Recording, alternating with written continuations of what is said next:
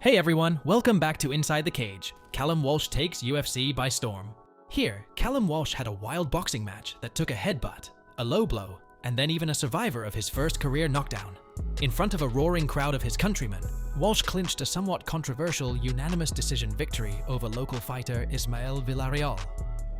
He's a tough mother effer, Walsh, 9-0, said after the win, later admitting that he got hit too much. However, if we talk about the scenes of the octagon on Thursday night, then you feel that it's not just about the punches, it's the whole circus happening ringside. Walsh's promoter, Tom Loeffler, was rubbing shoulders with some big shots. We're talking Dana White from the UFC, Nick Khan from WWE, and Triple H, the wrestling legend turned WWE's chief content officer. Now, in any normal world, seeing a boxing promoter chilling with MMA and wrestling bigwigs would be big news. But now, it's like a plot twist in all three universes. On the other side, Loeffler worked his charm and got White on board, and now Walsh is not just a rising star in the ring, but also bringing boxing fans to UFC Fight Pass. He gets the highest ratings ever for boxing on UFC Fight Pass, so Dana is very happy with the results, Loeffler said afterward. We put a lot of time and effort into this promotion. He was pretty much everywhere in the media here in the US and over in Ireland. And you know what adds a little extra spice to the mix? Walsh's fan. White's not exactly a stranger to these fans, thanks to his stint with Conor McGregor. Dana loves Irishmen, Loeffler said. He decided to give him the dates, and Callum performed. Well, it's practically a golden ticket for White to keep featuring Walsh on UFC Fight Pass. Talk about setting the stage for something big, right? Tiffany Gomas breaks silence on Conor McGregor's DM. The crazy plane lady. Tiffany Gomas got a surprise in her messages, and guess who it's from? None other than Conor McGregor himself. So, Tiffany spilled the tea on how McGregor dove straight into the details. He wasn't asking about the weather. He wanted the scoop on how she went viral for, let's say, an X-rated rant on a plane. Fast forward to now, and Tiffany's owning up to it. She's calling her whole act, including the showdown with the cops, completely unacceptable. And when she spilled the beans on who's been the weirdest, but also the best celeb to hit her up, it's our man Conor McGregor. You can practically hear the excitement in her voice as she spills the details on the Pardon My Take podcast. She stated, Conor McGregor reached out. Okay, yeah, I saw he liked one of your tweets today. No, he or your sent me a Instagram, DM. yeah. Like he wasn't trying to get my pants or anything. No. Gomas, aka the Crazy Plane Lady, became as notorious as McGregor's nickname over this mind-blowing showdown on a plane. Now the main point is that Gomas thinks McGregor was just as curious as the rest of us about the whole spectacle. When asked if he just wanted to drop a casual, "What's up?" she spilled the beans. But regardless, that's funny. Conor McGregor follows me. Like, yeah, what the hell? That's pretty cool. Yeah, that is very It's cool. kind of wild. However, the Texas saleswoman, Gomas, decided to spill the tea and, well, she pretty much confirmed she saw nothing. Now, switching gears a bit, McGregor is making a comeback of sorts. After a face-off with heavyweight boxer Derek Chisora in Saudi Arabia, McGregor's all set to step into the ring against YouTuber KSI. This man is keeping the spotlight on him, leg break or not. Fighter's bold call in UFC 295 title clash. You know, Israel Adesanya, who came up short in his shot at the light heavyweight championship, is laying down some predictions. He's putting his money on his longtime rival Alex Pereira, biting the dust in his upcoming bout at UFC 295. But here's the point, Adesanya's not backing Pereira to win. He's throwing his support behind the returning former champion Jiri Prochazka. Now, keep in mind that Adesanya did knock out Pereira back in April, but he's singing a different tune now. According to him, Pereira, who he calls a special human being, is in for a tough time against Prochazka in this 205-pound showdown. Look, I'll say, Pereira is a special human being, not just a fighter, special human being.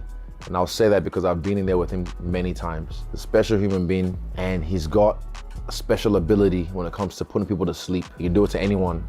It's very impressive, his story. His story is very impressive, what he's done in kickboxing, coming to the UFC, hunting me down, getting hunted, and then going up to 205 now and looking to claim a second belt. It's a hard fight for both men, but again, it's a hard fight for Yuri because that time bomb, you just have to, but you can defuse the bomb.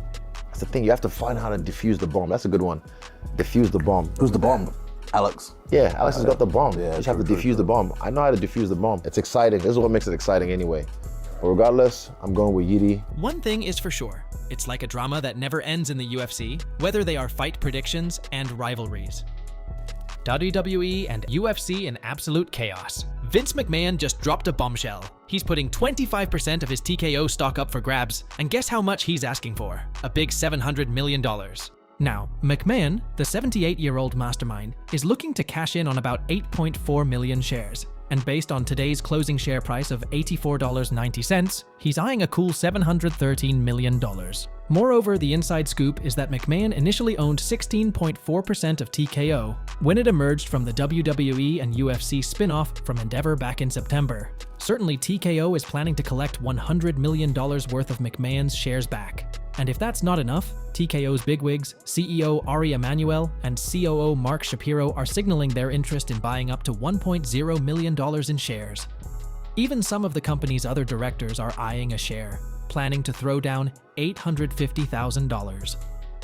Here, MMAfighting.com witnessed that. Just yesterday, TKO made its first quarterly earnings report as a publicly held company. Those results were described as mixed. The company reported revenue of $449.1 million, up 32% from the year-ago quarter, and adjusted earnings before interest, taxes, depreciation, and amortization up 26% to $239.7 million. Net income fell to $22 million from $129.7 million. Let's break down the play-by-play. So, TKO just served up a warning, flashing a couple of red flags in their prospectus. Two things are putting them on the edge. First, there's this appealing antitrust case casting a shadow over the UFC. And second, Vince McMahon's position on the board is causing some ripples. Now, here's where the plot thickens. McMahon might be feeling the heat, especially after the WWE's earnings report didn't exactly do a victory dance.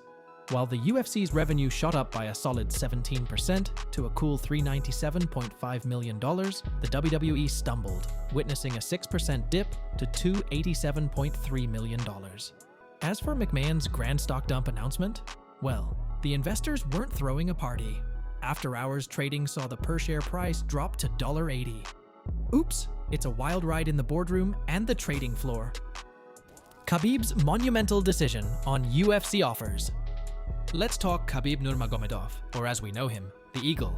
When this man says he's hanging up his gloves, he means business, heart, soul, the whole matter. Now, rewind to the bombshell retirement announcement after his masterpiece performance against Justin at UFC 254 in October 2020. Triangle choke in the second round, that's how you seal the deal. It was his 29th straight win, and Khabib pulled off the rare feat of bowing out at the absolute peak of his game. But hold on, the story doesn't end there. Dana White wasn't exactly doing a victory dance over Khabib's exit. He tried everything in the book to keep the man in the octagon. Rumor has it there were some serious bucks thrown around, and Dana was practically on his knees trying to attract Khabib back.